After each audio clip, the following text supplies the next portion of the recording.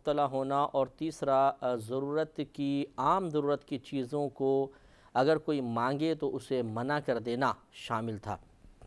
تو ہم دوسرے پوائنٹ پر تھے کہ اللہ تعالیٰ نے فرمایا کہ الذین ہم یراؤون، اور وہ جو دکھاوا کرتے ہیں یعنی ریاکاری کرتے ہیں۔ اس کے بارے میں آپ کو بتا ہی دیا تھا کہ ریاکاری کی تعریف کیا ہے اور اس کی کتنی اقسام ہیں، لہٰذا ہمیں بھی غور و تفکر کرتے ہوئے ریاکاری کی ضد یعنی اخلاص کو اختیار کرنا چاہیے۔ اخلاص کا مطلب ہوتا ہے خالص اللہ تبارک و تعالی کے لیے عمل کرنا، جس میں بالکل کسی دنیاوی فائدے کی نیت شامل نہ ہو۔ جیسے ہم نماز پڑھ رہے ہیں تو لوگوں کی تعریف یا مطلب کوئی حتیٰ کہ اگر صحت کے حصول کا ارادہ کیا جی نماز کثرت سے پڑھتے ہیں صحت مل جائے گی معاذ اللہ، تو اس میں بھی گویا کہ اگرچہ ریا نہیں ہے، دکھاوا اس میں نہیں ہے، لیکن پھر بھی ثواب میں کمی ہوگی کیونکہ اخلاص بہرحال یہاں پر نہیں پایا گیا، خالص اللہ کے لیے عمل نہیں کر رہے بلکہ کسی دنیاوی فائدے کا قصد و ارادہ بھی کر لیا گیا ہے۔ تو کوشش یہ ہونی چاہیے کہ اخلاص کے ساتھ ہم کام کریں، یعنی صرف اور صرف اللہ تعالیٰ کی رضا کی خاطر ہو، کسی قسم کا دنیاوی نفع اس نیک عمل سے حاصل کرنا مقصود نہیں ہونا چاہیے۔ اور اس کے لیے علماء کرام نے ارشاد فرمایا کہ 3 مقامات ایسے ہیں کہ جہاں خصوصی طور پر توجہ کرنی ہوگی اور اپنی نیت کی حفاظت کرنی چاہیے اور عمل کی حفاظت کے لیے اقدامات کرنے چاہیے۔ پہلا، عمل شروع کرنے سے پہلے کوئی بھی آپ عمل شروع کرنے پہ لگیں، مثلا نماز پڑھنی ہے، روزہ رکھنا ہے، زکوٰۃ ادا کر رہے ہیں، کوئی صدقہ وغیرہ دے رہے ہیں، کسی کو نیکی کی بات آپ کہنا چاہتے ہیں، کچھ بھی آپ چاہتے ہوں تو سب سے پہلے اپنی نیت کو خالص کریں اور سوچیں کہ میں ایسا کیوں کر رہا ہوں، کس کے لیے کر رہا ہوں، کتنا اس میں دنیاوی فائدہ مقصود ہے، کتنا اللہ تعالیٰ کی رضا مقصود ہے۔ یہ اچھی طرح اپنی نیت کو پہلے جانچیں، اس کا تجزیہ کریں، مشاہدہ کریں، اپنا سختی کے ساتھ محاسبہ کریں، اور اگر کہیں فساد ظاہر ہو جائے تو پھر اس فساد کو ختم کر کے اپنی نیت کو خالص اللہ کے لیے مخصوص کر کے پھر عمل کا آغاز کریں۔ دوسری توجہ عمل کے شروع کرنے کے بعد دوران عمل ہوتی ہے کہ درمیان میں بعض اوقات ایسا ہوتا ہے کہ شیطانی مداخلت ہو جاتی ہے اور انسان اپنے عمل کی مکمل برکات حاصل کرنے سے محروم رہ جاتا ہے۔ مثال کے طور پہ آپ نے نماز شروع کی، کوئی بھی نہیں تھا، بڑی خالص اللہ تعالیٰ کی رضا کی خاطر نماز پڑھنا شروع کی، لیکن دوران نماز کوئی شخص آ کر بیٹھ گیا اور اب آپ نے سوچا اگر میں تیز تیز رکوع یا سجود کروں گا تو یہ دل میں کہے گا کہ یار دیکھو کیسے تیز تیز نماز پڑھ رہا ہے، تو ذرا اچھی طرح پڑھوں، یا بلند آواز سے قراءت کر رہے تھے، پہلے کوئی نہیں تھا لیکن یا تھے بھی بالفرض کچھ لوگ، لیکن اتنا کوئی دکھاوے کا ارادہ نہیں تھا، اللہ تعالیٰ کی رضا کی خاطر انسان پڑھ رہا تھا، لیکن درمیان میں کوئی ایسی شخصیت آ گئی، بڑی شخصیت، کہ اب آدمی نے سوچا ذرا بناؤ، آواز کو خوبصورت کرو تاکہ یہ متاثر ہو جائیں اور کہیں میں واقعی ماشاءاللہ آپ کی قراءت تو بہت پیاری ہے۔ تو اس طرح عمل کے دوران بھی بعض اوقات ہوتا ہے کہ انسان ریاکاری میں مبتلا ہو جاتا ہے، تو درمیان میں بھی محاسبہ جاری رہنا چاہیے۔ اور تیسری توجہ عمل کے اختتام کے بعد ہوتی ہے کہ آدمی سوچے کہ کوئی کمی کوتاہی تو نہیں رہ گئی، اگر رہ گئی تھی تو توبہ کرے، اور اب یہ عمل بس کسی کو سنانا نہیں ہے، یہ غور کرنا ہوگا کہ اس کو ریا و سمعہ کہتے ہیں، ریا مانے دکھانا، سمعہ مانے سنانا، تو سنائیں بھی نہیں عمل، کیونکہ اگر ہم کسی کو اپنے عمل کے بارے میں بتائیں گے اور وہی مقصود ہو کہ تعریف حاصل کرنا، تحسین حاصل کرنا، کسی کو متاثر کرنا، تو اس سے بھی عمل کا ثواب کم ہو سکتا ہے۔ لہٰذا دونوں چیزوں سے ہمیں بچنا ہوگا، ریا سے بھی اور سمعہ سے بھی۔ اگر سابقہ زندگی میں آپ محسوس کریں کہ ہم نے کوئی عمل اللہ تعالیٰ کے بجائے مخلوق کو دکھانے کے لیے کیا تھا، یا اللہ تعالیٰ کے ساتھ ساتھ مخلوق کی رضا بھی مطلوب تھی، یا اسی طرح کوئی عمل کرنے کے بعد بغیر کسی وجہ کے خواہ لوگوں کو سنایا جی ہم نے 50 حج کیے ہیں، ہم نے 40 عمرے کیے ہوئے ہیں، میں تو فلاں غریب کی امداد کرتا ہوں وغیرہ وغیرہ، تو اس سے وقتی طور پہ حفظ نفس جو آپ نے حاصل کر لیا تھا، ہو سکتا ہے اس سے ثواب میں کمی آ گئی ہو، تو اللہ تبارک و تعالیٰ کی بارگاہ میں توبہ کر لی جائے تو اس میں کوئی بری بات نہیں ہے۔ کتاب انزلناه الیک مبارک لیدبروا آیاته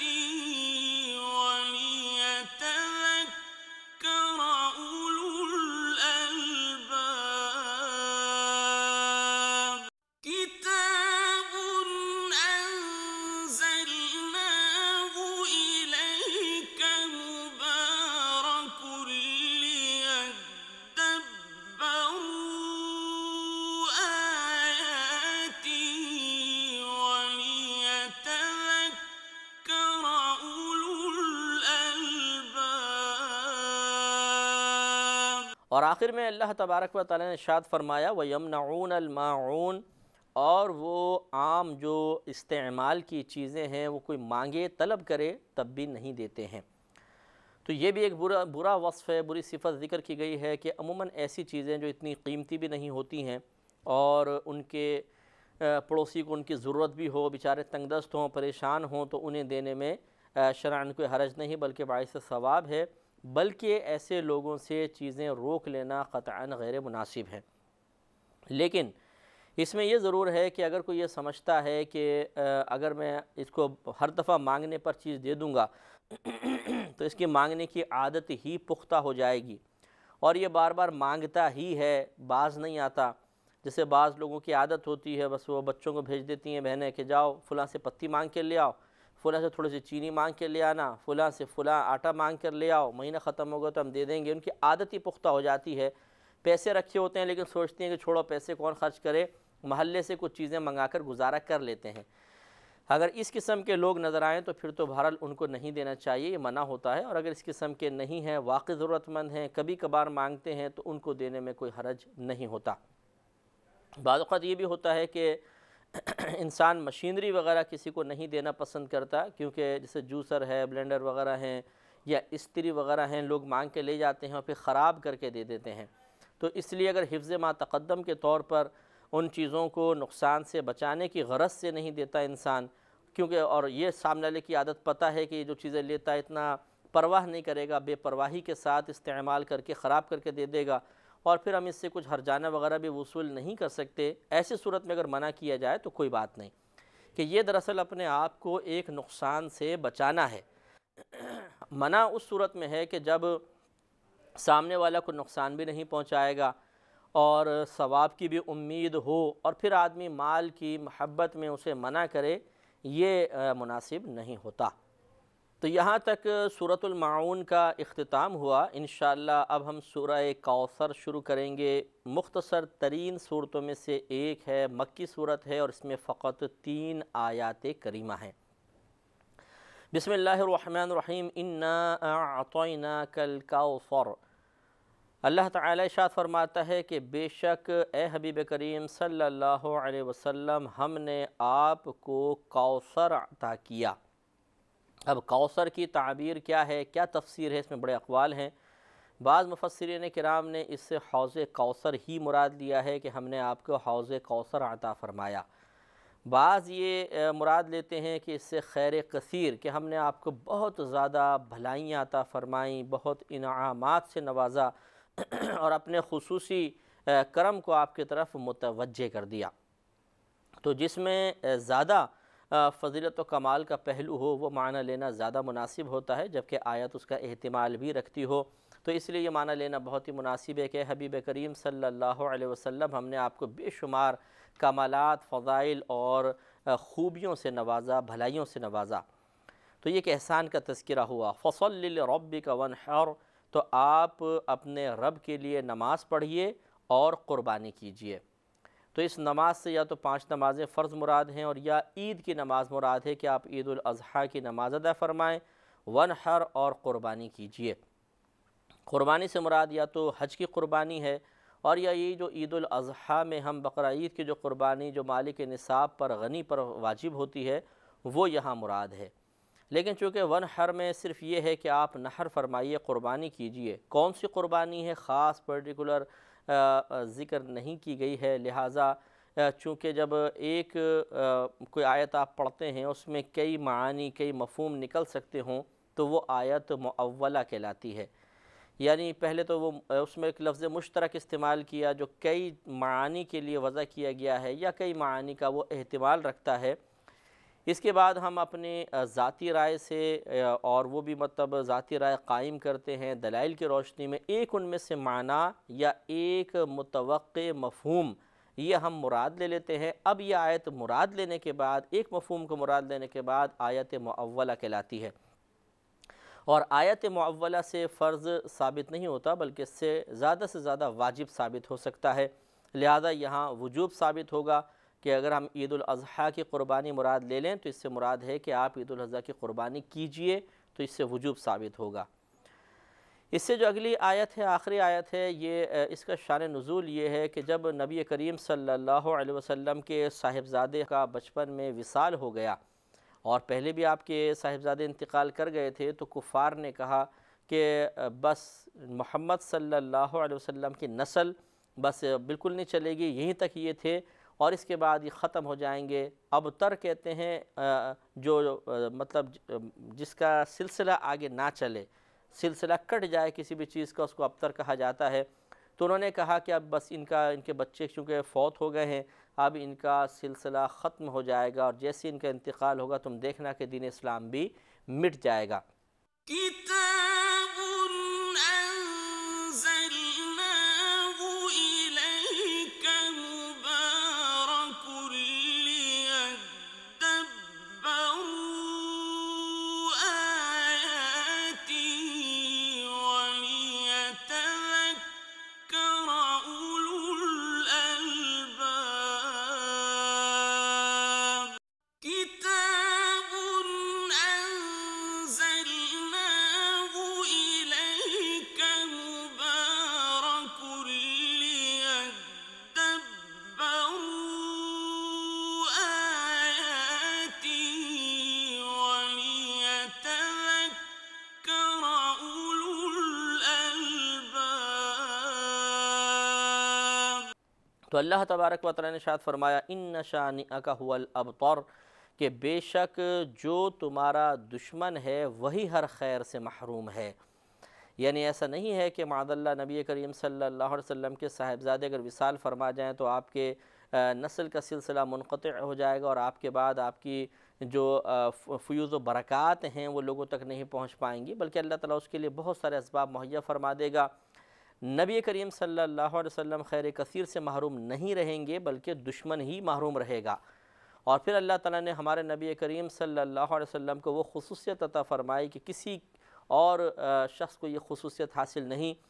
کہ ہر شخص کی نسل اس کے بیٹوں سے چلتی ہے، لیکن نبی کریم صلی اللہ علیہ وسلم کا یہ خاصہ ہے کہ آپ کی نسل آپ کی صاحبزادی بی بی فاطمہ رضی اللہ تعالی عنہا سے چلے گی۔ تو یہاں تک سورہ کوثر کا اختتام ہوا۔ اب انشاءاللہ سورۃ الکافرون ہوگی، یہ بھی مکی صورتوں میں سے ایک ہے اور اس میں تقریباً 6 آیات ہیں۔ اس سورہ کا شان نزول یہ ہے کہ ایک دفعہ نبی کریم صلی اللہ علیہ وسلم کی بارگاہ میں کچھ کفار حاضر ہوئے، اور انہوں نے کہا کہ بھئی دیکھیں ہم آپ سے ایک معاہدہ کرنا چاہتے ہیں۔ معاہدہ یہ ہے کہ آپ ہمارے بتوں کی پوجا کر لیں، ہم اللہ تبارک و تعالیٰ کی عبادت کرتے ہیں، آپ ہمیں تنگ نہ کریں، ہم آپ کو تنگ نہیں کریں گے۔ تو نبی کریم صلی اللہ علیہ وسلم اس پر خاموش ہوئے اور اللہ تبارک و تعالیٰ کی طرف سے جواب کا انتظار فرمایا، تو یہ سورہ کریمہ نازل ہوئی۔ چنانچہ اس کا اب اس شان نزول کی روشنی میں دیکھیے کہ اللہ تعالیٰ کیا بیان فرماتا ہے۔ بسم اللہ الرحمن الرحیم، قل یا ایہا الکافرون، اے حبیب کریم صلی اللہ علیہ وسلم آپ فرما دیجئے کہ اے کافرو، لا اعبد ما تعبدون، میں نہیں عبادت کروں گا ان کی جن کی تم عبادت کرتے ہو، ولا انتم عابدون ما اعبد، اور نہ تم اس کی عبادت کرنے والے ہو جس کی میں عبادت کرتا ہوں، ولا انا عابد ما عبدتم، اور نہ میں عبادت کرنے والا ہوں اس کی جس کی تم نے عبادت کی، ولا انتم عابدون ما اعبد، اور نہ تم اس کی عبادت کرو گے کہ جس کی میں عبادت کرتا رہا ہوں، لہٰذا تم میری بات نہیں مانتے ہو اور میں تمہاری بات کبھی تسلیم کر نہیں سکتا ہوں، لہٰذا پھر نتیجہ کیا نکلا، لکم دینکم ولی دین، کہ تمہارے لیے تمہارا دین ہے اور میرے لیے میرا دین ہے۔ تو اس میں اب غور طلب بات یہ ہے کہ اللہ تعالیٰ نے اس آیت کو شروع فرمایا، قل یا ایہا الکافرون، اے حبیب کریم صلی اللہ علیہ وسلم آپ فرما دیجئے اے کافرو، اے انکار کرنے والو۔ اس سے ایک مسئلہ یہ معلوم ہو گیا کہ جو بعض ہمارے بھولے بھالے مسلمان بھائی کہتے ہیں جی کسی کافر کو بھی کافر نہیں کہنا چاہیے، تو اللہ تعالیٰ نے خود یہ فرمایا اپنے حبیب کو، بلکہ حکم دیا، فرمائیے کہ اے کافرو، تو کافر کو کافر نہیں کہیں گے تو بتائیے کیا کہیں گے؟ مسلمان تو اس کو کہہ نہیں سکتے ہیں، تو کافر ہی کہیں گے۔ اب اگر وہ اپنے کافر کہے جانے سے برا محسوس کرتا ہے تو اسے چاہیے کہ کفر کو ترک کر دے۔ اگر یہ لفظ اتنا ہی برا لگتا ہے کہ کافر ہمیں کیوں کہا جا رہا ہے، تو کافر تو کہتے ہیں انکار کرنے والے کو۔ تو جو شخص اللہ تبارک و تعالی کی تعلیم کا انکار کر رہا ہو، اس کے حبیب کریم کی رسالت کا انکار کر رہا ہو، قرآن پاک کے آخری کتاب ہونے کا انکار کر رہا ہو، اور اس آخری کتاب کے انکار کے ساتھ ساتھ اس کے تمام مضامین کا انکار گویا کہ وہ کر رہا ہے، تو پھر اس کے ساتھ اتنی قلبی ہمدردی کیوں ہے، یہ بات سمجھ میں نہیں آتی ہے۔ وہ شخص انتہائی قابل گرفت ہے، اور ایسا شخص یقیناً دوستی کے لائق بھی نہیں ہے کہ جو آپ کے رب کو جھوٹا کہے، کیونکہ جب وہ کہتا ہے کہ قرآن ہم نہیں مانتے کہ اللہ کا کلام ہے، حالانکہ اللہ تعالیٰ تو یہ فرما رہا ہے کہ میرا کلام ہے، تو گویا کہ اس نے اللہ کو جھوٹا کہا۔ پھر خود نبی کریم نے فرمایا کہ یہ اللہ کا کلام ہے، وہ کہہ رہا ہے اللہ کا کلام نہیں، تو گویا کہ ہمارے نبی کریم صلی اللہ علیہ وسلم کو بھی جھوٹا ثابت کرنے کی مکروہ کوشش کی۔ اور خود قرآن بمانگ دہل کہہ رہا ہے کہ یہ اللہ کا کلام ہے، اور وہ شخص یہ کہتا ہے کہ میں اس کو اللہ کا کلام مانتا ہی نہیں ہوں، ہے ہی نہیں اللہ کا کلام، تو گویا کہ اس نے قرآن کو بھی جھٹلا دیا۔ تو جو اللہ کو جھٹلائے، اس کے رسول کریم صلی اللہ علیہ وسلم کو معاذ اللہ جھوٹا قرار دے، قرآن کو جھوٹا کہے، وہ ہمیں کیوں اتنا محبوب ہوتا ہے، اس پہ توجہ کرنے کی ضرورت ہے۔ ایسے شخص سے قلبی محبت رکھنا اپنے ایمان کی تباہی اور بربادی کی علامت ہے۔ غیر مسلم سے دوستی کرنے کی اجازت بالکل نہیں۔ بارہا ہم نے آیات کی تفسیر کرتے ہوئے قرآن کے حکم کے ذریعے ثابت کیا کہ غیر مسلم کو دوست بنانا منع ہے۔ دوست کا مطلب یہ جو قلبی میلان جس کی طرف ہو، اس سے ملنے کو دل چاہے، اس کی صحبت میں بیٹھنے کو دل چاہے، اس کے ساتھ وقت گزارنے کو دل چاہے، اپنے راز کی باتیں اسے بتا دے، آدمی کھانے پینے میں بڑا اس کے ساتھ لطف اور مزہ آئے، یہ دوستی کی علامات ہوتی ہیں، اور ایسی گہری دوستی کرنا منع ہے۔ ہاں، ظاہری برتاؤ سے ہمارا مذہب اسلام بالکل منع نہیں کرتا۔ ہمارا مذہب یہ نہیں کہتا کہ تم کافر کو حقیر اور کمتر تصور کر کے اس کے ساتھ نازیبہ سلوک کرو۔ ہمارا مذہب یہ بھی نہیں کہتا کہ آپ کسی کو دھتکار دیں، کسی کو برا بھلا کہیں، یہ بھی نہیں ہے۔ ٹھیک ہے، اگر آپ ایک آفس میں، فیکٹری میں یا اسکول کالج میں ساتھ پڑھتے ہیں، ہاتھ ملا لینا، کلاس میں ساتھ بیٹھ جانا، تعلیم وغیرہ کے حوالے سے، آفس کے کام وغیرہ کے حوالے سے ایک دوسرے سے تعاون کر لینا، یہ اس میں کوئی حرج نہیں ہے۔ یا کوئی شخص ایسا ہے کہ جس سے محلے میں ہے، مثال کے طور پر ظاہری طور پہ تھوڑا بہت اس سے برتاؤ رکھ لینا، بلکہ اگر وہ غریب ہے، تنگ دست ہے، تو اس کی امداد وغیرہ کر دینا، اس میں کوئی حرج نہیں ہے۔ ہمارا مذہب اس سے منع نہیں کرتا ہے، منع کرتا ہے دوستی کرنے سے، قلبی میلان سے منع کرتا ہے، اسے اس طرح اپنا قریب کر لینا کہ اپنے راز اسے بتانے کے لیے انسان تیار ہو جائے، یہ منع ہے۔ کیونکہ جب آپ اتنی دوستی کریں گے تو یقینی سی بات ہے کہ دوست کے عیب نظر نہیں آتے، تو پھر اس کے کفر سے جو ایک کراہت ہونی چاہیے وہ نہیں رہے گی، ناپسندیدگی ختم ہو جائے گی،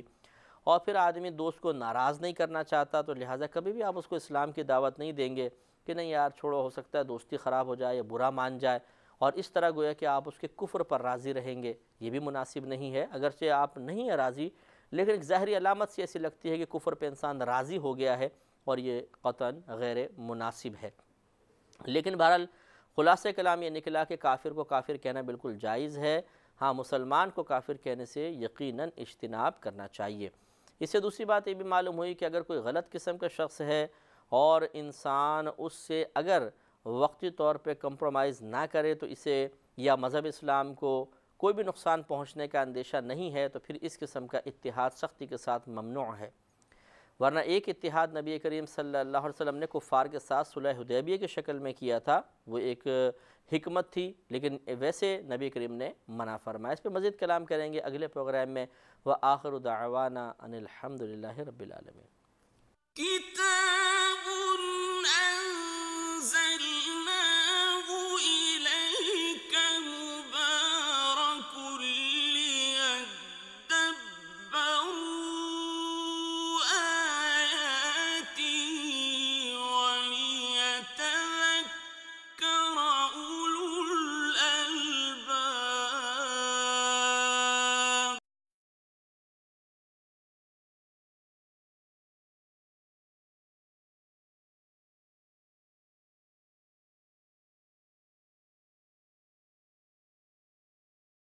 كتاب أنزلناه إليك مبارك ليدبروا آياته وليتذكر أولو الألباب الحمدللہ رب العالمین والصلاة والسلام علی سید الانبیاء والمرسلین اما بعد فاعوذ باللہ من الشیطان الرجیم بسم اللہ الرحمن الرحیم۔ اللہ تعالیٰ کے فضل و کرم سے تقریباً قرآن عظیم کا ترجمہ اور تفسیر اختتام کے قریب ہے۔ ہم نے پچھلے پروگرام میں سورہ کافرون کی تفسیر اور ترجمہ عرض کیا تھا۔ آج انشاءاللہ عز و جل سورۃ النصر کے بارے میں کلام ہوگا۔ نصر جو ہے یہ مدد کو کہتے ہیں، اس مدنی صورتوں میں سے ایک ہے اور اس میں 3 آیات کریمہ ہیں۔ پیچھے جو ہم نے سورہ کوثر دیکھی تھی اس میں بھی پڑھی تھی، اس میں بھی 3 آیات تھیں، اس میں بھی 3 آیات ہیں، لیکن حروف کی تعداد کے اعتبار سے یا الفاظ کی مقدار کے اعتبار سے فرق ہے۔ وہ بھی 3 آیات پر مشتمل ہے، یہ بھی 3 آیات پر مشتمل ہے، لیکن یہ بڑی ہے اور وہ تھوڑی سی چھوٹی ہے۔ تو آج اس کا آغاز کرتے ہیں۔ بسم اللہ الرحمن الرحیم۔ اذا جاء نصر اللہ والفتح، جب اللہ تبارک و تعالیٰ کی مدد اور فتح آئے۔ وَرَأَيْتَ النَّاسَ يَدْخُلُونَ فِي دِينِ اللَّهِ أَفْوَاجًا، اور آپ لوگوں کو دیکھیں کہ وہ داخل ہو رہے ہیں اللہ تعالیٰ کے دین میں فوج در فوج، یعنی فوج کی فوج اللہ کے دین میں داخل ہو رہی ہے۔ نتیجہ کیا نکلے گا؟ فَصَبِّحْ بِحَمْدِ رَبِّكَ وَاسْتَغْفِرْ، تو آپ تسبیح بیان کیجئے اپنے رب کی حمد کے ساتھ اور اس سے مغفرت طلب کیجئے۔ اِنَّهُ كَانَ تَوَّابًا، بے شک وہ بہت توبہ قبول فرمانے والا ہے۔ تو یہ جو شروع میں فرمایا کہ اذا جاء نصر اللہ والفتح، کہ جب آئے گی اللہ تعالیٰ کی مدد اور فتح، تو اس کے کئی اس میں اقوال ہیں، جن میں سے قوی قول یہ ہے کہ یہ اصل میں فتح مکہ کی طرف اشارہ ہے، کہ جب اللہ تبارک و تعالیٰ آپ کو مکہ کی فتح عطا فرمائے گا اور جس شہر سے بظاہر آپ کو نکلنے پر مجبور کیا گیا، حالانکہ نبی کریم صلی اللہ علیہ وسلم مختار تھے اور اگر آپ چاہتے تو اللہ تعالیٰ کی بارگاہ میں دعا کر کے سب کچھ آپ زیر و زبر کر سکتے تھے، لیکن اللہ تعالیٰ کی رضا پر راضی رہتے ہوئے آپ وہاں سے تشریف لے گئے اور مدینہ منورہ آئے۔ تو جس شہر سے آپ کو نکالا گیا، جس شہر میں آپ پر بہت ہی زیادہ آزمائشیں آئیں، اللہ تعالیٰ کا فیصلہ یہی تھا کہ عنقریب آپ اس میں فاتح کی حیثیت سے داخل ہوں گے۔ لہٰذا ایسے ہی ہوا کہ اگلے سال نبی کریم صلی اللہ علیہ وسلم کو فتح حاصل ہوئی اور آپ فاتح کی حیثیت سے کعبۃ اللہ میں مکۃ المکرمہ میں داخل ہوئے۔ جب نبی کریم صلی اللہ علیہ وسلم نے مکے کو فتح کیا، پہلے تو اس کا محاصرہ کیا، پھر آپ اندر داخل ہوئے تو آپ نے منع فرمایا صحابہ کرام کو کہ اگر کوئی آپ پر حملہ نہ کرے تو آپ بھی اس سے بالکل تعارض نہیں کریں گے، کیونکہ شہر بڑا محترم ہے، اس کا احترام کرنا ہوگا۔ ہاں اگر کوئی خود احترام کے منافع عمل کرے تو پھر یقیناً اس پہ حملہ کر کے اسے آپ مار سکتے ہیں۔ لہذا صحابہ کرام نے کبھی ابتدا نہیں کی اور غالباً 1 یا 2 آدمی ہی اس میں مارے گئے، باقی سب نے ہتھیار ڈال دیے۔ جب نبی کریم صلی اللہ علیہ وسلم مکۃ المکرمہ میں ایک فاتح کی حیثیت سے داخل ہوئے تو علماء اسلام بیان فرماتے ہیں کہ نبی کریم صلی اللہ علیہ وسلم نے سیاہ امامہ باندھا ہوا تھا۔ تو سیاہ امامہ باندھنا یہ ویسے بھی سنت کریمہ ہے اور نبی کریم صلی اللہ علیہ وسلم نے فتح مکہ کے موقع پر اس کا انتخاب فرمایا، تو یقیناً اللہ تبارک و تعالیٰ کی رضا اور مرضی کو بھی ملحوظ رکھا ہوگا، کیونکہ اللہ کے نبی جو بھی کام کرتے ہیں وہ رضا الہی والا کرتے ہیں اور ان کی حتی الامکان یہی کوشش ہوتی ہے کہ اللہ تبارک و تعالیٰ ان سے راضی رہے، اللہ تعالیٰ کی رضا والے کام وہ کریں۔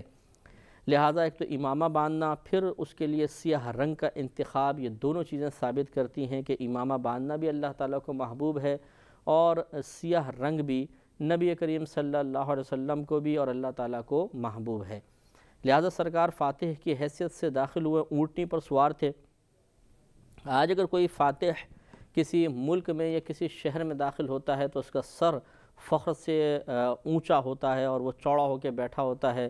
اور جو اسیران جنگ ہوتے ہیں، جو قیدی بنا لیے جاتے ہیں، دشمنوں کے قیدی، انہیں حقارت کی نگاہ سے دیکھتا ہوا اور وہ آگے بڑھتا ہے اور تعریف طلب نگاہوں سے دیکھتا ہے کہ میری تعریف کی جائے، مدح کی جائے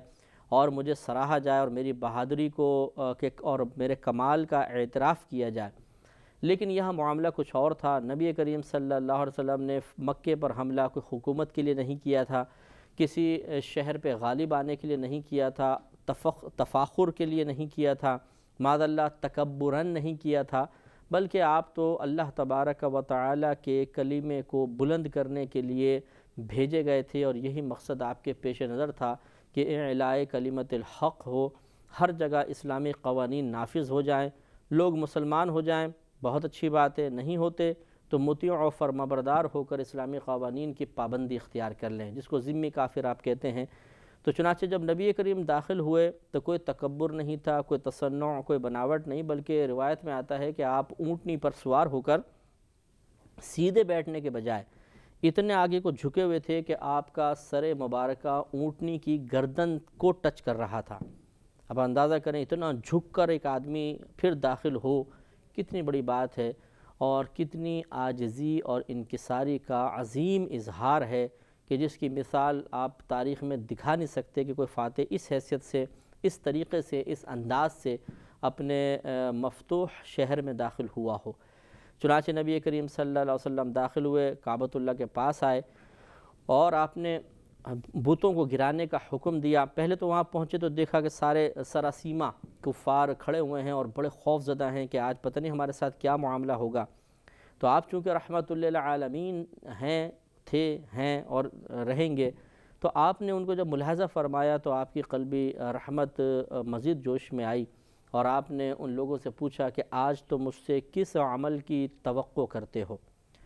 تو انہوں نے جواب دیا کہ آپ کریم ہیں، کریم باپ کے بیٹے ہیں، آپ شریف ہیں، شریف باپ کے بیٹے ہیں۔ کہنے کا مقصد یہ تھا کہ کریم جب غالب آتا ہے تو اظہار کرم کرتا ہے، لہٰذا آپ ہم پر شفقت کا اظہار فرمائیے۔ تو رحمت کونین صلی اللہ علیہ وسلم نے ان کفار کو جو 13 سالہ مکی زندگی میں لگاتار آپ کو اذیتیں دیتے رہے تھے اور اس کے بعد پھر مدنی زندگی میں بھی پریشان کرتے رہے تھے، لیکن آپ نے ایک لمحے میں اور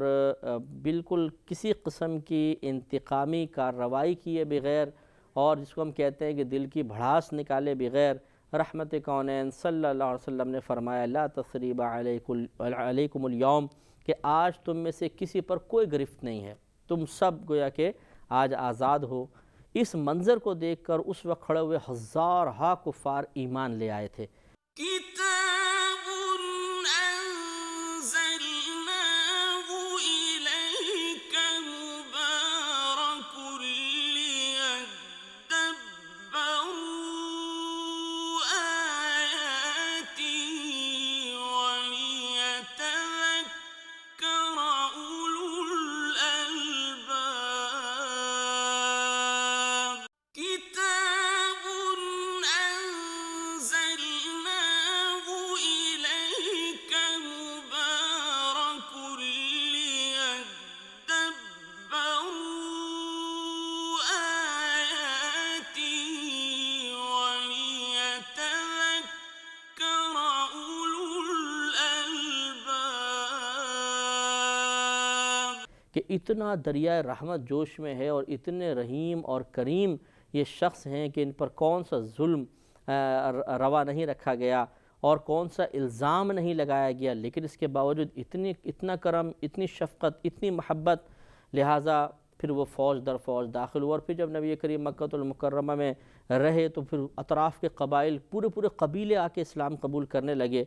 تو چنانچہ اللہ تعالیٰ نے اس کے بارے میں یہی ارشاد فرمایا وَرَأَيْتَ النَّاسَ، اور آپ دیکھیں گے لوگوں کو يَدْخُلُونَ، کہ وہ داخل ہو رہے ہیں فی دین اللہ، اللہ تعالیٰ کے دین میں، افواجاً، فوج در فوج، یعنی فوج داخل ہو رہی ہے، پورے قبیلے اسلام میں داخل ہو رہے ہیں۔ اور نبی کریم صلی اللہ علیہ وسلم نے وہاں پر ایک اور ایسا معاملہ فرمایا کہ جس معاملے کی کوئی مثال ہمیں حقیقتاً نہیں مل سکتی، کہ آپ نے حضرت بلال رضی اللہ تعالی عنہ سے فرمایا کہ آپ کعبۃ اللہ پر کھڑے ہو کر اذان دیں۔ تو حضرت بلال رضی اللہ تعالی عنہ کعبۃ اللہ پہ کھڑے ہوئے اور آپ نے اذان دی، جس سے نبی کریم صلی اللہ علیہ وسلم نے گویا کہ ثابت فرمایا کہ مذہب اسلام کسی غلام کو، آزاد کردہ غلام جو آزاد ہو چکے تھے، یا ایسے ایک عام شخص جس کے پاس کوئی معلوم متاع نہ ہو، اسے کوئی حقارت کی نگاہ سے نہیں دیکھتا، بلکہ مذہب اسلام سب کو یکساں اور برابر سلوک دیتا ہے، اس کے ساتھ سلوک کرتا ہے اور اس کی تعلیم دیتا ہے۔ بلکہ نبی کریم صلی اللہ علیہ وسلم نے اپنے عمل سے ثابت فرمایا کہ جو نبی کا محب ہوتا ہے، چاہے وہ کیسی ہی مالی حیثیت پر کیوں نہ مشتمل ہو، اللہ تعالیٰ اور اس کے رسول اسے اعلیٰ مقام عطا فرماتے ہیں۔ تو حضرت بلال رضی اللہ تعالیٰ عنہ نے اذان دی۔ چنانچہ جب یہ انعامات نبی کریم کو دنیاوی لحاظ سے بھی حاصل ہوئے کہ لوگوں کے دل میں عظمت، محبت پیدا ہوئی، اور آپ کا جو تبلیغ کا دائرہ تھا مزید وسیع ہوا اور اس میں آسانی ہوئی، تو اللہ تعالیٰ کی طرف سے جب انعامات کو نزول ہوتا ہے تو یہ اللہ تعالیٰ کی عادت کریمہ ہے کہ وہ بندوں سے اس بات کا ارادہ فرماتا ہے کہ وہ اس کا شکر ادا کریں،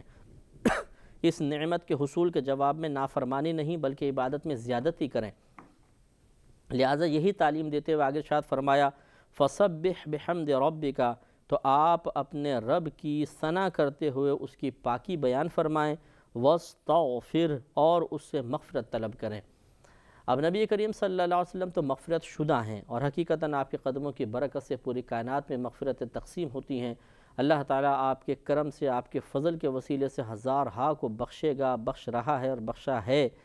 تو لیکن اب نبی کریم صلی اللہ علیہ وسلم کو جو استغفار کا حکم دیا گیا وہ صرف ایک شکرانے کے طور پر ہے، اللہ تبارک و تعالیٰ کے معبود ہونے کے اعتراف کے طور پر ہے، اس بات کے اعتراف کے طور پر ہے کہ مجھ سے بڑی ایک عظیم ذات موجود ہے جو میری گرفت کر سکتی ہے، اور یا پھر ان خلاف اولا کاموں پر استغفار کا حکم ہے کہ جو نبی کریم صلی اللہ علیہ وسلم نے تعلیم امت کی وجہ سے اچھے کام تھے، مستحب کام تھے، ان کو ترک کر دیا تو خلاف اولا کام کا صدور ہوا۔ مثال کے طور پر اس سے مسواک کرنا یہ نبی کریم کو بڑا محبوب تھا اور سنت ہے، لیکن کئی مقام پہ آپ نے جان بوجھ کر مسواک کو ترک فرمایا تاکہ امت کو پتہ چل جائے کہ یہ ان پہ واجب نہیں ہے، ان کے لیے سنت ہے۔ ابھی جو ترک فضیلت تھی، یقینی سی بات ہے کہ اس سے وقتی طور پہ ایک فضیلت سے محرومی نظر آتی ہے۔ اس جو خلاف اولا کام کا، یہ خلاف سنت ہم کہہ لیں کام کا، یہ ترک سنت، خلاف سنت بھی نہ کہیں، ترک سنت کا جو کام صدور پذیر ہوا، اس پر استغفار کا حکم ہے۔ اور یا پھر بعض مفسرین نے فرمایا کہ یہ نبی کریم کے لیے حکم نہیں ہے بلکہ یہ آپ کے ذریعے اس امت کے لیے احکام ہیں کہ وہ اللہ تعالیٰ کی بارگاہ میں استغفار کریں۔ انہو کان توابا، بے شک اللہ تبارک و تعالیٰ بہت توبہ قبول فرمانے والا ہے۔ كتاب أنزلناه إليك مبارك ليدبروا آياته وليتذكر أولو الألباب كتاب أنزلناه إليك مبارك ليدبروا آياته وليتذكر أولو الألباب۔ تو اگر کوئی بندہ کتنے ہی مرضی، ہمارے نبی کریم تو خیر معصوم ہیں، کوئی بندہ کتنے ہی گناہ کرے، زمین اور آسمان کو بھر دے، تو انہو کان توابا، بے شک اللہ تبارک و تعالیٰ بہت توبہ قبول فرمانے والا ہے۔ یہ اس کا وعدہ ہے کہ وہ کسی کو بھی ایسا نہیں ہے کہ کوئی اگر توبہ کرے، گناہوں سے رجوع کرنا چاہتا ہو تو اس کو مایوس کر دے، یہ اللہ تعالیٰ کی عادت میں شامل نہیں ہے۔ وہ بہت ہی رحیم و کریم ہے، ہمیں بھی چاہیے کہ جب بھی کوئی خطا ہو جائے، گناہ ہو جائے تو فوراً اللہ تعالیٰ کی طرف رجوع کریں، اس کی رحمت سے کبھی بھی مایوس نہ ہوں، اور اللہ تعالیٰ کی آغوش رحمت میں پناہ حاصل کرنے کی کوشش کریں، تو انشاءاللہ ہمارا بیڑا پار ہوگا۔ تو یہاں تک سورہ نصر کا اختتام ہوا۔ اب انشاءاللہ سورۃ اللہب ہے، یہ مکی صورتوں میں سے ایک ہے اور اس میں 5 آیات ہیں۔ اس کا شان نزول شروع کے جو آیات ہیں، اس کا شان نزول پہلی آیت کا بلکہ کہہ لیں کہ شان نزول یہ ہے کہ نبی کریم صلی اللہ علیہ وسلم کو جب اللہ تبارک و تعالی نے حکم فرمایا کہ آپ اعلانیہ طور پر نبوت کا اظہار فرما دیں، نبوت کا اعلان فرمائے، لوگوں کو دین کی طرف بلائیں، تو رحمت کونین صلی اللہ علیہ وسلم ایک روایت میں ہے کہ کوہ صفا پہ تشریف لے گئے اور آپ نے سب کو بلایا کہ سب ادھر جمع ہو جائیں۔ اب جو کوئی اہم بات عربوں میں کہنی ہوتی تھی تو کوئی ایک شخص بلند جگہ پہ چڑھ جاتا تھا اور سب کو بلاتا تھا، ادھر آؤ ادھر آؤ، میں تمہیں ایک اہم بات بتانے والا ہوں، تو لوگ تجسس میں جلدی جلدی جمع ہو جاتے تھے۔ تو یہ سارے کے سارے جمع ہو گئے کیونکہ نبی کریم صلی اللہ علیہ وسلم کا یہ عمل خلاف توقع تھا۔ آج تک کبھی آپ اس طرح مین پوزیشن پر نہیں آئے تھے، کسی بلند مقام پہ کھڑے ہو کر آپ نے اس طرح سب سے خطاب نہیں کیا تھا، تو تجسس پیدا ہوا کہ بھئی آج یہ کیا کہنا چاہتے ہیں۔ سب جمع ہو گئے۔ مشہور روایت ہے کہ رحمت کونین صلی اللہ علیہ وسلم نے پوچھا کہ یہ بتاؤ، اگر میں کہوں کہ اس پہاڑی کے پیچھے ایک بہت بڑا لشکر جرار کھڑا ہوا ہے جو تم پر حملہ کرنے والا ہے، تو کیا تم میری بات کا یقین کرو گے؟ تو انہوں نے کہا کہ کیوں نہیں کریں گے، آپ صادق ہیں، امین ہیں، آج تک ہم نے کبھی آپ کی زبان سے جھوٹ نکلتے ہوئے نہیں پایا۔ جب نبی کریم صلی اللہ علیہ وسلم نے ان کی زبان سے اپنے سچے ہونے کا اقرار کروا لیا تو ایک حجت قائم ہو گئی کہ میں جھوٹ نہیں کہہ سکتا، تم خود اعتراف کر رہے ہو۔ پھر سرکار نے فرمایا تو پھر تم کہو کہ اللہ تعالیٰ ایک ہے اور ان معبودان باطلہ کی عبادت مت کرو۔ اب جب ابو لہب کو یہ بات پتہ چلی تو یہ بڑا ایک دم غصے میں آ گیا اور اس نے کہا کہ معاذ اللہ محمد، تم نے صرف اس بات کے لیے ہمیں یہاں بلایا تھا، اور اس نے بد دعا دی معاذ اللہ کہ تمہارے ہاتھ ٹوٹ جائے۔ جب اس نے یہ بات بولی تو اللہ تبارک و تعالی نے اپنے نبی کریم صلی اللہ علیہ وسلم کی طرف سے اس ابو لہب کو جواب دیا اور یہ پہلی آیت نازل ہوئی۔ ابو لہب کا اصل نام عبد العزیٰ تھا، اور ابو لہب معنی ہوتا ہے شعلے والا، چمکدار کو کہتے ہیں۔ چونکہ بہت ہی خوبصورت تھا اور گورے رنگ کا مالک تھا، حضرت عبد المطلب کا یہ بیٹا تھا اور نبی کریم صلی اللہ علیہ وسلم کا سگا چچا تھا، تو یہ بہت ہی خوبصورت تھا، اس وجہ سے لوگ اس کو کنیت اس کی تھی ابو لہب۔ تو جب اس نے یہ معاذ اللہ بددعائیہ جملہ کہا تو اللہ تبارک و تعالیٰ نے یہ آیت نازل فرمائی کہ تبت یدا ابی لہب و تب، تبت یدا ابی لہب، تباہ ہو جائیں ابو لہب کے دونوں ہاتھ، و تب، اور وہ تباہ ہو ہی گیا۔ یہ آئندہ کی خبر ہے کہ یقیناً یہ تباہ ہو جائے گا۔ ماضی کے صیغے سے اس لیے تعبیر کی کہ قرآن کا اکثر اسلوب یہی ہے کہ جب مستقبل کی کوئی یقینی بات ہوتی ہے تو اللہ تبارک و تعالیٰ اس کو ماضی کے صیغے سے بیان فرماتا ہے، کیونکہ ماضی پاسٹ ٹینس جب لایا جاتا ہے تو اس لیے لایا جاتا ہے یہ خبر دینے کے لیے کہ پہلے کوئی بات ہو چکی ہے،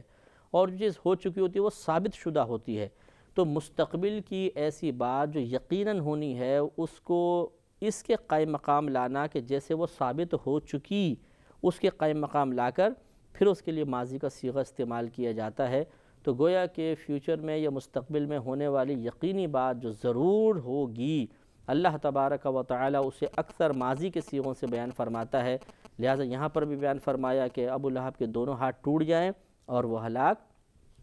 ہو گیا، یا تباہ ہو جائیں ابو لہب کے دونوں ہاتھ، اور وہ تباہ ہو ہی گیا۔ اور یہ بھی یاد رکھیں کلام عرب میں اکثر ایسا ہی ہوتا ہے کہ وہ جسم کے کچھ حصوں کا ذکر کر کے، کسی عضو کا یا دو حصوں کا ذکر کر کے، دو اجزاء کا ذکر کر کے کل مراد لیتے ہیں۔ تو جیسے گردن، غلام کے بارے میں کہتے ہیں اس نے اس گردن آزاد کر دی، ایک گردن آزاد کر دی، تو خالی گردن مراد نہیں ہوتی بلکہ پورا غلام مراد ہوتا ہے۔ اسی طرح جو اللہ نے فرمایا کہ ابو لہب کے دونوں ہاتھ تباہ ہو جائیں، مراد یہ ہے کہ پورا ابو لہب تباہ ہو جائے، صرف دو ہاتھ مراد نہیں ہے۔ جب یہ آیت کریمہ نازل ہوئی تو پھر اس کی زبان سے نکلا اگر ایسے ہی ہے کہ میں تباہ ہو جاؤں گا، ہلاک ہونے لگوں گا، تو میں اپنی اولاد کو، اپنے مال اور دولت سب کو فدیہ کر دوں گا تو میں بچ جاؤں گا۔ یعنی پھر بھی ہدایت حاصل نہیں ہوئی، خوف پیدا نہیں ہوا، اس نے اس طرح ایک جملہ بولا، تو اس کے جواب میں دوسری آیت نازل ہوئی جس کا بیان انشاءاللہ اگلے پروگرام میں ہوگا۔ وآخر دعوانا ان الحمدللہ رب العالمین۔ كتاب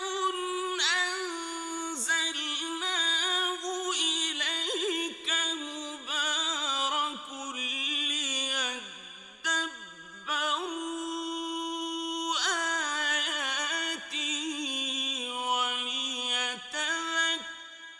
أولو الألباب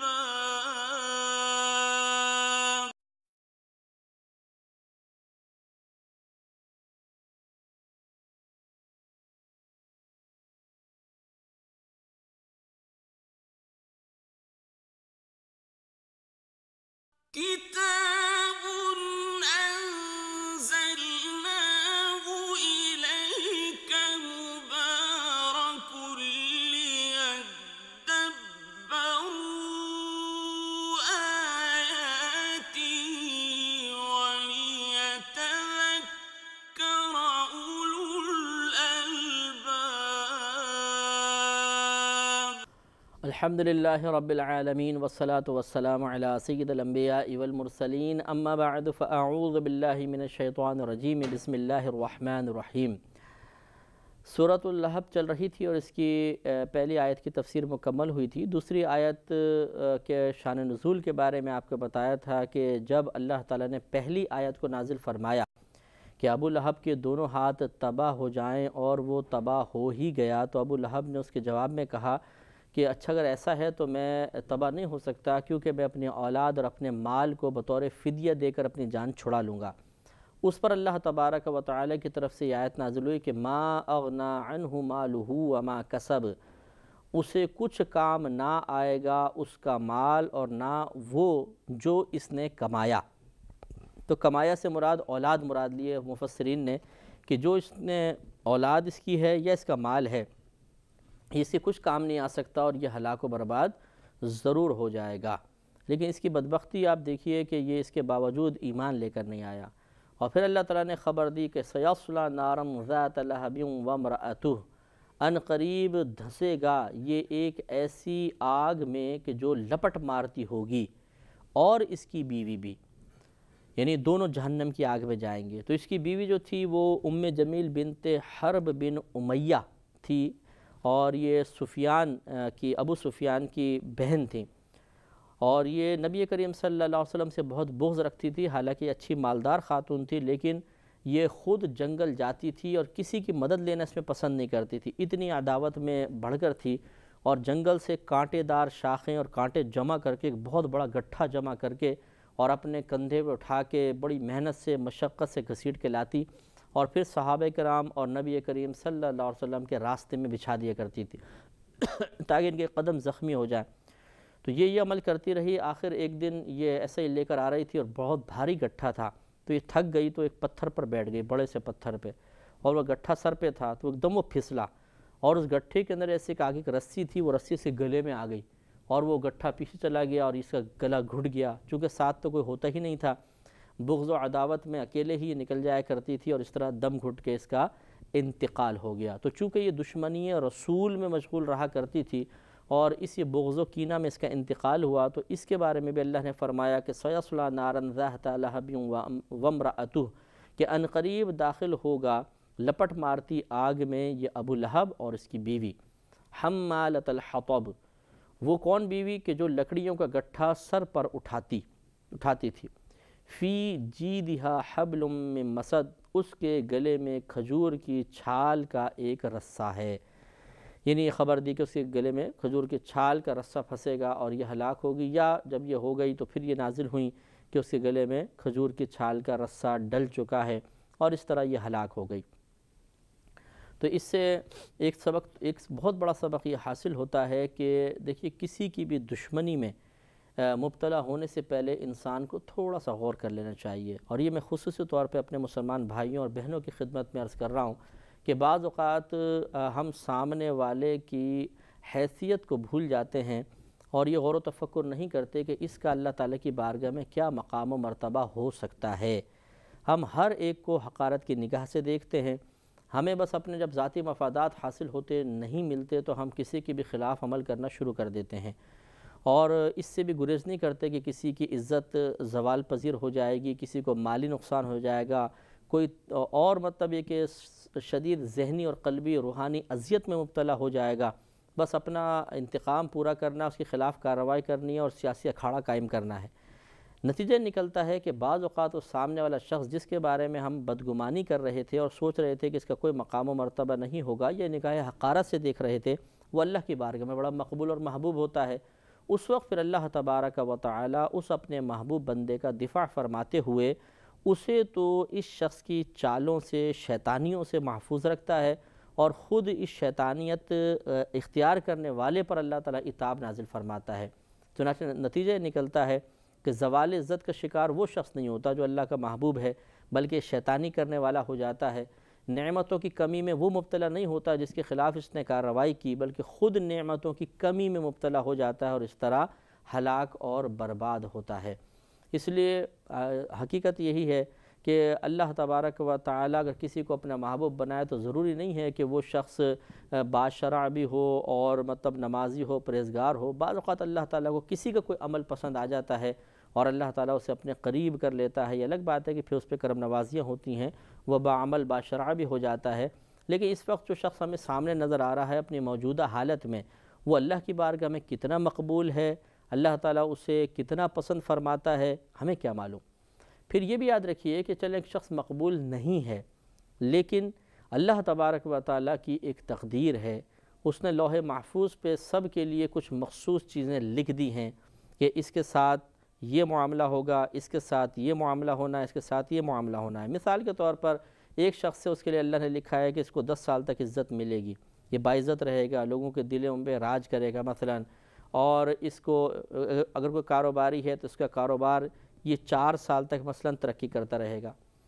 اب ہوتا یہ ہے بعض اوقات کہ دشمنی کرنے والا اس شخص کے خلاف عمل کرتے ہوئے چاہتا یہ ہے کہ یہ فوری طور پر زوال عزت اور زوال مال کا شکار ہو جائے۔ اب اس شخص کے لیے تو فیصلہ تھا کہ 10 سال تک یہ باعزت رہے گا، یہ فیصلہ یہ چاہتا ہے کہ 1 سال میں ذلیل و خوار ہو جائے۔ تو یہ کیسے ہو سکتا ہے کہ اس کی تدابیر اللہ تبارک و تعالیٰ کی تقسیم کو بدل دے، اللہ تبارک و تعالیٰ کے فیصلے کو اور ارادے کو بدل دے؟ نتیجہ نکلتا ہے کہ اللہ کا فیصلہ ارادہ تو نہیں بدلتا، لیکن یہ شخص جو اللہ کے فیصلے کے خلاف کام کرنے کی کوشش کر رہا ہے، اللہ تعالیٰ اس پر عتاب نازل فرما دیتا ہے اور خود برباد ہو جاتا ہے۔ اسی طرح جو صاحب مال ہیں، جادو ٹونے کروا رہے ہیں، لاکھ کروائیں جادو ٹونے، لاکھ کچھ بھی کرتے رہیں، اگر اللہ تعالیٰ نے ارادہ یہی فرمایا ہے کہ اس کو اتنے عرصے تک اس کے پاس مال رہے گا اور وہ زوال پذیر نہیں ہوگا، تو کون زوال پذیر کر سکتا ہے؟ نتیجہ نکلتا ہے کہ پھر اس شخص کی یہ کوشش اس کے مال کے زوال کے لیے نہیں ہوئی، بلکہ اللہ تعالیٰ کے ارادے کی تبدیلی کے لیے ہو گئی، اور اللہ کا ارادہ تو نہیں بدلتا، لہذا خود یہ ہلاک ہو جاتا ہے۔ كتاب أنزلناه إليك مبارك ليدبروا آياته وليتذكر أولو الألباب كتاب أنزلناه إليك مبارك ليدبروا آياته وليتذكر أولو الألباب۔ اس لیے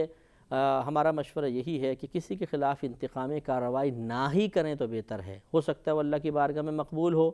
تو ہماری طرف ہلاکت متوجہ ہوگی، اور ہو سکتا ہے کہ جس چیز کے زوال کی ہم تمنا کر رہے ہیں اللہ تعالیٰ کا ارادہ اس کی بقا کا ہو، تو پھر بھی تباہی ہماری طرف ہی متوجہ ہوگی، تو کیا فائدہ؟ اور بالفرض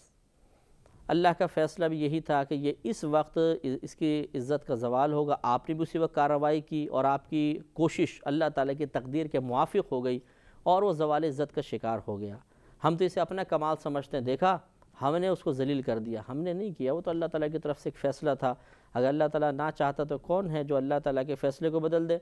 زوال پذیر ہو گیا، لیکن چونکہ ہماری کوشش سے ہوا، اب اس کی جتنی دل آزاری ہوگی،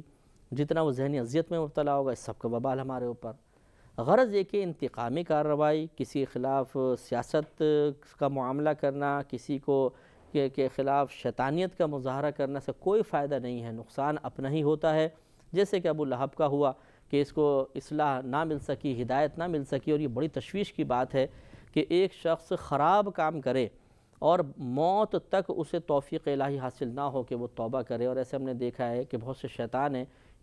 شیطان نما انسان ہیں کہ جو مطلب مسلسل ایسی ہی کوششیں کرتے رہتے ہیں کہ کبھی کسی کی عزت پہ ہاتھ ڈالتے ہیں، کبھی کسی کے مال کو زوال پذیر کرنے کی کوشش کرتے ہیں، کبھی کسی کو عہدے اور منصب انہیں پسند نہیں آتا، کبھی کسی کی شہرت سے جلتے ہیں، اور ساری زندگی کوشش کرتے رہتے ہیں۔ انہیں سمجھانا بیکار ہے، کتنا مرضی آپ سمجھائیے، وہ معاذ اللہ اللہ تعالیٰ کی تقسیم کے مقابلے میں آنے میں جرأت مند رہتے ہیں، جیسے کہ ابو لہب رہا۔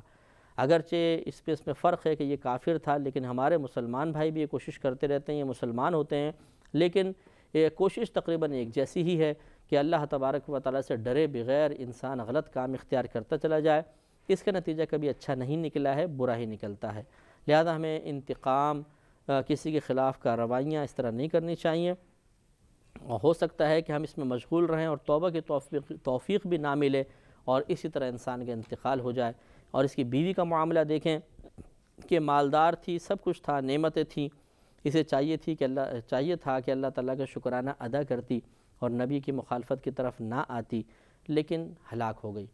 اس نے کبھی سوچا بھی نہیں ہوگا کہ یہ گٹھا ہی میری موت کا سبب بن جائے گا۔ تو اس لیے ہم یہ اکثر سمجھاتے ہیں کہ دیکھیے، آپ کسی کے خلاف اگر وہ کارروائی کر رہے ہیں اور آپ اپنے بارے میں غور کرتے ہیں کہ میں نے اپنا دفاع مکمل کر لیا، کوئی بھی ایسا نہیں ہو سکتا، کوئی ویک پوائنٹ ایسا نہیں چھوڑا ہے کہ میں پھنس جاؤں، لیکن اللہ تعالیٰ کی خفیہ تدبیر کام کر رہی ہوتی ہے۔ ہم کسی کے لیے گڑھا کھودتے ہیں، وہ تو نہیں گرتا، ہم خود جا کے اس میں گر جاتے ہیں، اور ہمارے وہم و گمان میں بھی نہیں ہوتا کہ ہمارے ساتھ ایسا ہوگا، لیکن ہو جاتا ہے۔ تو اس عورت کا معاملہ بھی دیکھیں، اس کے وہم و گمان میں بھی نہیں ہوگا کہ آج جو میں گٹھا لے کر جا رہی ہوں، اس سے جو میں نے ناپاک ارادے وابستہ کیے ہوئے ہیں ان کی تکمیل کا مجھے موقع نہیں ملے گا۔ وہ بڑی خوشحالی ہوگی، لیکن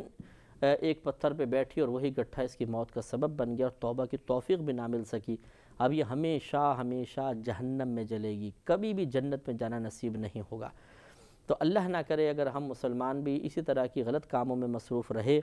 کبھی بہنوں کے خلاف، کبھی بھائیوں کے خلاف، رشتہ داروں کے، محلے والوں کے، آفس میں ساتھ کام کرنے والے، فیکٹری میں کام کرنے والے لوگوں کے خلاف اس طرح کارروائی کرتے رہے اور اللہ ناراض ہوا اور ہمیں توبہ کی توفیق بھی نہ مل سکی، تو انجام دردناک ہو سکتا ہے۔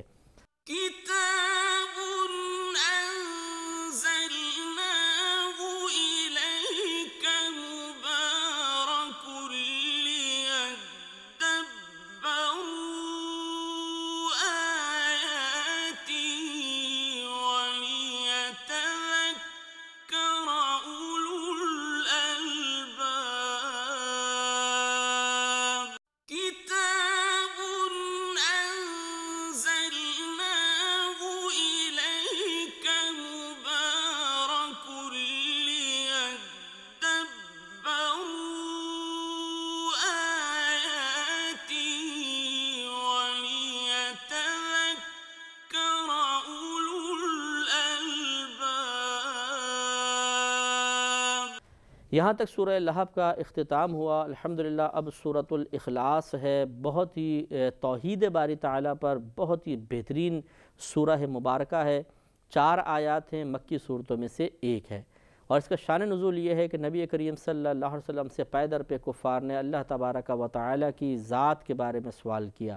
کہ وہ بتائیے کیسا ہے، سونے کا بنا ہوا ہے، لوہے کا بنا ہوا ہے، پیتل کا بنا ہوا ہے، اس کا نسب کیا ہے، کس نے اس کو بنایا تھا، وہ کہاں سے آیا ہے، کب تک رہے گا، کیا کیا کھاتا ہے، کیا پیتا ہے، کس طرح کا ہے، اس کی اولاد کتنی ہے، اس کے ماں باپ کون ہیں، وغیرہ وغیرہ۔ جب یہ کویسچنز ہوئے، نبی کریم صلی اللہ علیہ وسلم نے خاموشی اختیار فرمائی۔ اللہ تبارک و تعالیٰ نے سورہ اخلاص کو نازل فرما کر ان کے جوابات دے دیے، اور اس میں یہ سمجھا دیا گیا کہ اللہ تعالیٰ کی ذات پر غور مت کرو، اللہ کی صفات پر غور کرو، کیونکہ اللہ تعالیٰ کی ذات کا ادراک یہ ہمارے لیے ناممکن ہے۔ لہذا ذات کے بارے میں کوئی اللہ تعالیٰ نے کلام نہیں فرمایا، صفات کا تذکرہ کر کے اور ثابت فرمایا کہ اللہ تبارک و تعالیٰ کی صفات کیسی ہیں، اور صفات سے آپ ذات کا اندازہ کر لیجئے۔ بسم اللہ الرحمن الرحیم۔ قل هو اللہ احد، اے حبیب کریم صلی اللہ علیہ وسلم آپ فرما دیجئے کہ اللہ تعالیٰ ایک ہے۔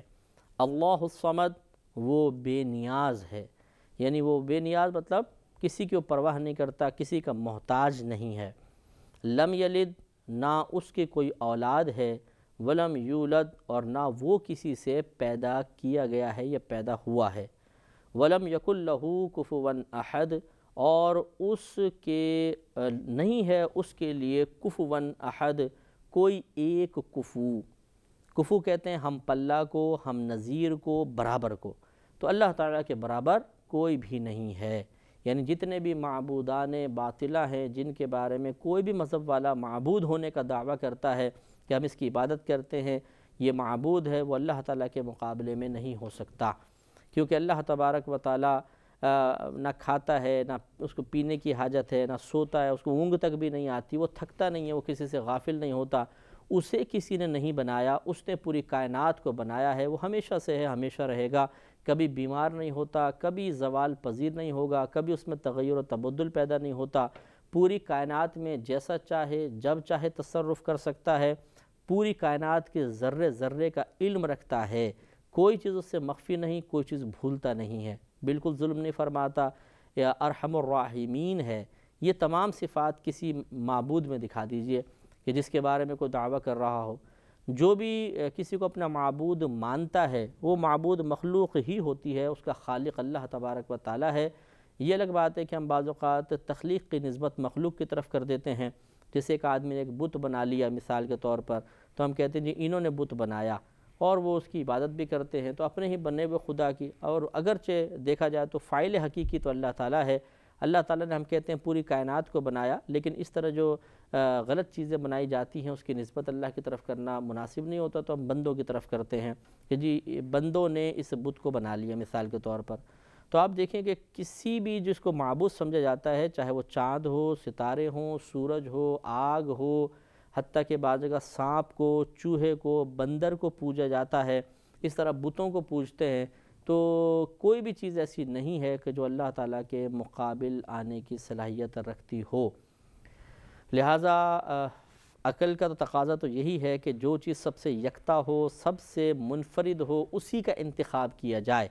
جیسے ہم ہیئر اسٹائل میں دیکھ لیں، گفتگو میں دیکھ لیں، لباس کے اندر دیکھ لیں، خاندان میں دیکھ لیں، بیٹے بیٹی کی شادی کے سلسلے میں، حتیٰ کہ نام رکھنے کے سلسلے میں دیکھ لیں کہ انفرادیت چاہتے ہیں، اپنے آپ کو سب سے نمایاں رکھنا چاہتے ہیں، سب سے بہترین چیز کا انتخاب کرنا چاہتے ہیں۔ اگر ہمارے قدرت و اختیار میں ہو تو پھر ہمیں سب سے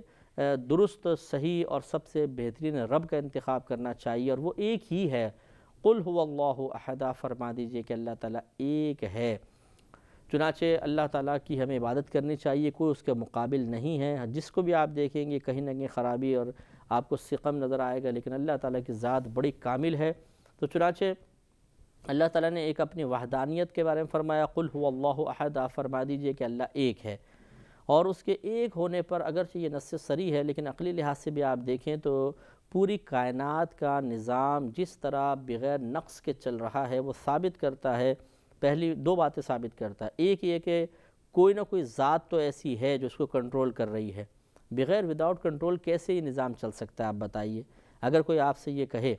کہ ہمارے کچن میں ایسا ہوتا ہے کہ کوئی ہم نے مشین وغیرہ بھی نہیں لگائی، کچھ بھی نہیں لگایا ہوا، بس ایسا ہوتا ہے کہ صبح صبح فریج کھلتا ہے، ڈبل روٹی نکلتی ہے، انڈے نکلتے ہیں، ڈبل روٹی سیکھ کے تیار ہو کے آ جاتی ہے، پھر انڈے خود بخود پھٹتے ہیں، فرائنگ پین آتا ہے، اس میں گھی آ جاتا ہے، انڈا اس میں چلا جاتا ہے، پک کے آ جاتا ہے اور ہمارے سامنے پہنچ جاتا ہے۔ تو آپ کہیں گے کہ نہیں، آپ نے کوئی ضرور کوئی مشینری لگائی ہوگی، اور سامنے والا کہے کہ نہیں ایسا کچھ بھی نہیں ہے، تو وہ کہے گا کبھی ہو ہی نہیں سکتا، کیونکہ اتفاقی طور پر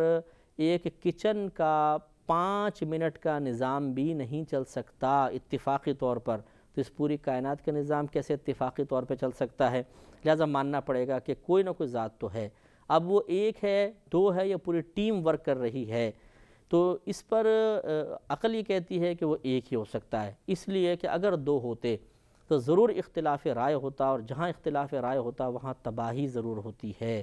وہاں ضرور گڑبڑ پیدا ہوتی ہے، ایسا ہو ہی نہیں سکتا۔ اور خود قرآن کا فیصلہ بھی ہے کہ اگر اللہ تعالیٰ کے علاوہ کئی خدا ہوتے تو یہ زمین و آسمان تباہ ہو جاتے، سب کچھ برباد ہو جاتا۔ لہٰذا معلوم ہوا کہ ایک ذات ایسی ہے جو پورے کائنات پر حکومت فرما رہی ہے، اس کو کنٹرول کر رہی ہے، اور وہ ہمارے اللہ کی ذات ہے۔ مزید اس پہ کلام کریں گے اگلے پروگرام میں۔ وآخر دعوانا ان الحمدللہ رب العالمین۔ كتاب أنزلناه إليك مبارك ليدبروا آياته وليتذكر أولو الألباب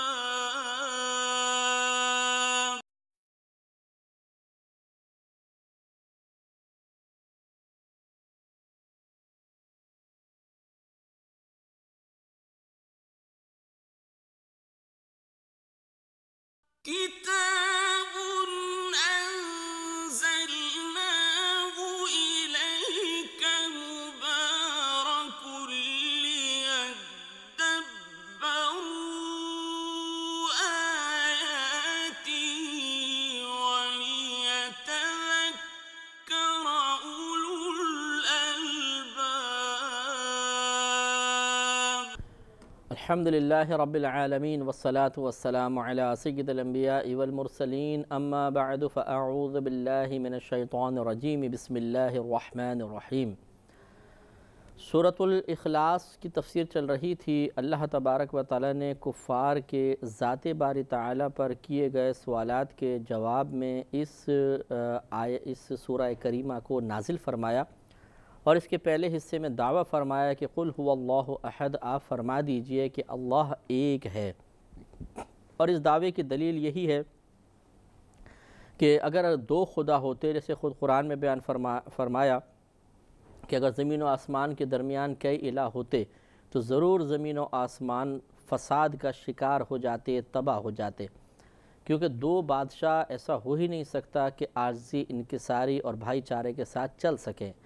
حکومت کا ایک اپنا تکبر اور نشہ ہوتا ہے، اور آدمی اس نشے میں ایسا مست ہوتا ہے کہ کسی اور کی شرکت کو برداشت نہیں کرتا، تو پھر ایسا ہی ہوتا کہ اختلاف رائے ضرور ہوتا، کیونکہ کام ایک نہیں ہے،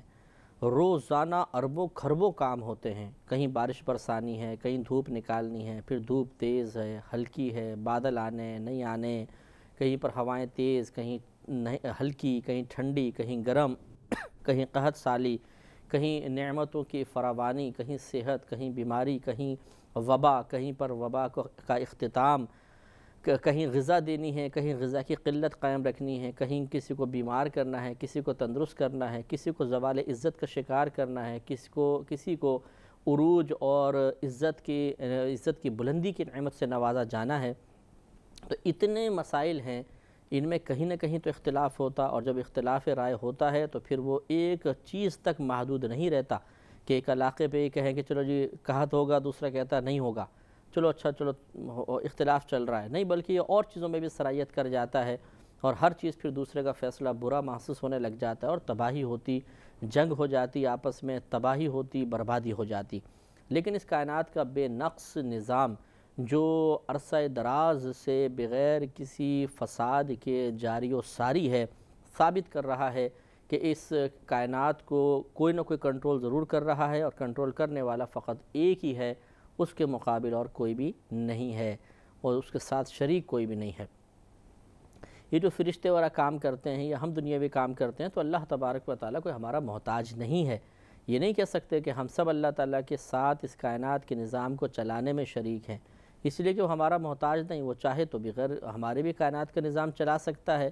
وہ تو ارادہ فرماتا ہے، اور ہر چیز اس کے ارادے کے تابع ہے، چاہے وہ جاندار چیز ہو، چاہے وہ بے جان چیز ہو، لہذا وہ ہمارا محتاج نہیں، وہ تو اس کی ایک عادت کریمہ ہے، یا اس کا ایک کرم ہے، فضل کا اظہار ہے کہ اس نے بہت سارے